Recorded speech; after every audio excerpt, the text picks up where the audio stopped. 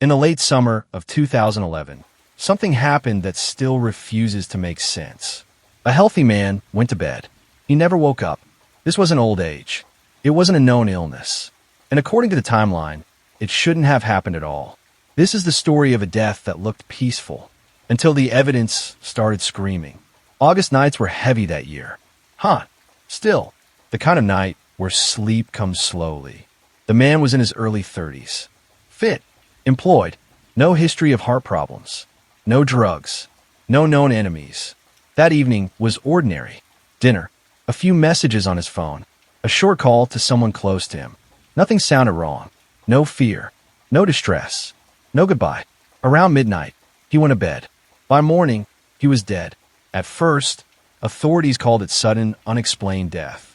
A rare but real phenomenon. Sometimes people just don't wake up. No signs of struggle. No forced entry. No obvious trauma. The bedroom looked untouched. The sheets weren't tangled. The pillow wasn't disturbed. It was as if he had simply gone to sleep and slipped away. Case closed. Right? Wrong. Because small details didn't fit.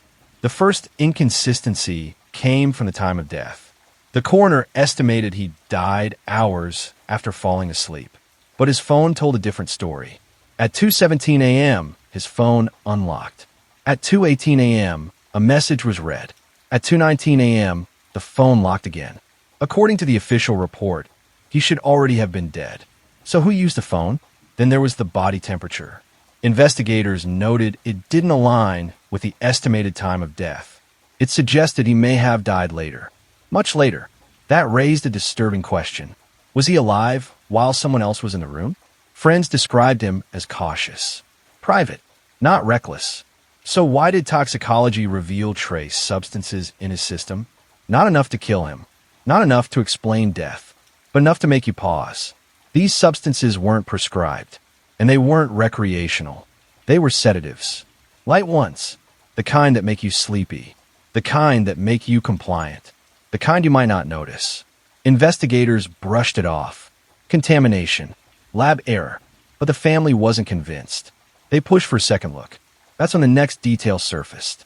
A glass of water on the nightstand. Half empty. It hadn't been collected as evidence. No fingerprints. No testing. But the family swore something was wrong. The man never drank water before bed. Never. It was a habit. A strong one. So why was it there? Then came the neighbors. One reported hearing footsteps around 3 a.m. Another mentioned a door opening and closing. Police said it was unreliable. Memory distortion. Normal apartment noise. But there was one more thing. A security camera down the street. It didn't show his door, but it showed someone entering the building. At 2:53 a.m., the footage was grainy. Face unclear, but the figure was familiar to investigators. Because that person had a reason to be there. Here's where the story twists. The man had recently changed his life. New job, new routine, new boundaries. And not everyone liked that. One person, in particular, had been messaging him constantly. Late night calls, missed calls, unanswered texts. On the night he died, that person's phone went silent. No activity, no location data. For hours. When questioned, the explanation was simple. I was asleep.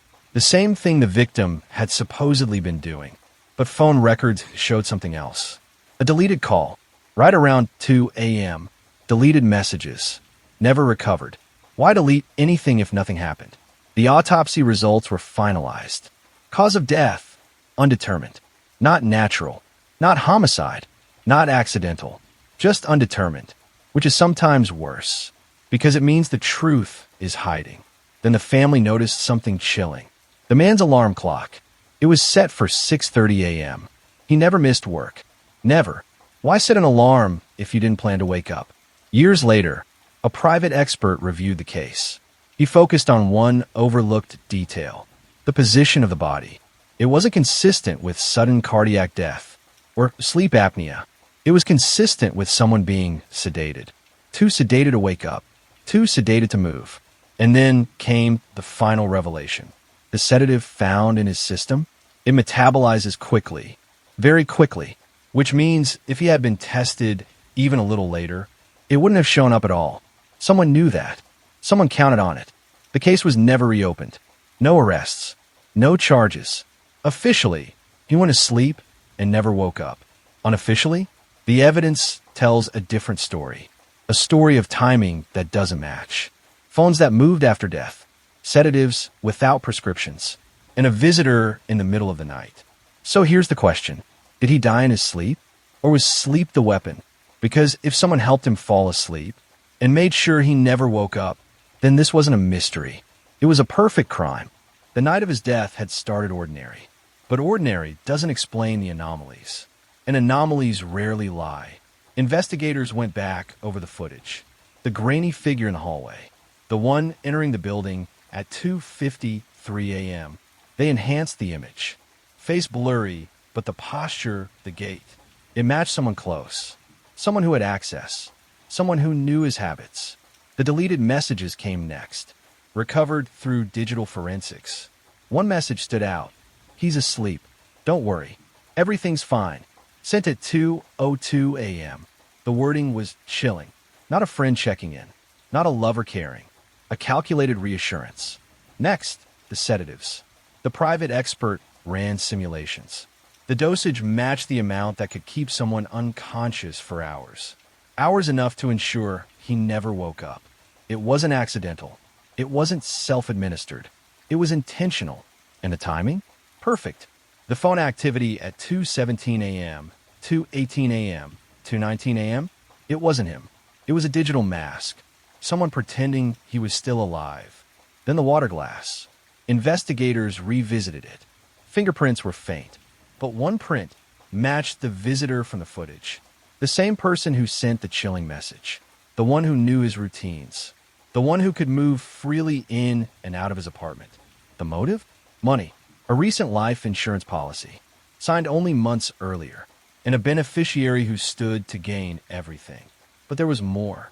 This person had tried subtle control before, monitoring his phone, sending late-night texts, isolating him from friends. It was manipulation. Long before the night he died, evidence piled up, but the police hit a wall. No body struggle, no forced entry, the perfect facade of a natural death. Even digital evidence was messy. Some messages disappeared. Some phone logs overwritten. Someone had planned for this. And the biggest shock? Neighbors came forward with a memory they hadn't shared initially. A sound of glass breaking around 3 a.m. A low groan, almost like someone trying to fight sleep. And then silence. The timeline suddenly made sense. The man hadn't gone to sleep naturally. He had been drugged, silenced, and left alone. The sedative ensured he wouldn't resist. The phone ensured no one would suspect foul play. But here's the twist. The person responsible underestimated one thing: curiosity. Private investigators, hired by family members, had noticed one last anomaly. A small, overlooked motion sensor in the hallway of the building. It showed someone leaving the apartment after 3:15 a.m. Not the victim, not a random neighbor, the visitor. And the device had captured something else. A fleeting shadow of a figure carrying something heavy. Police reopened the case quietly, but the suspect had vanished. No trace, no social media, no phone activity. It was as if they had planned the perfect exit.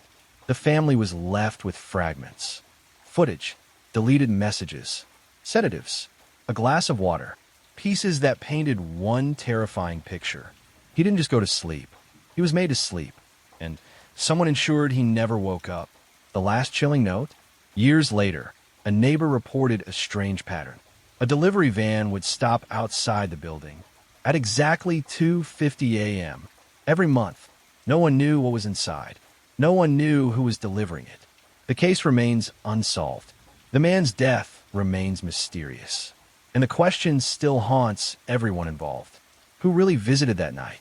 And what do they take with them that no one has ever found?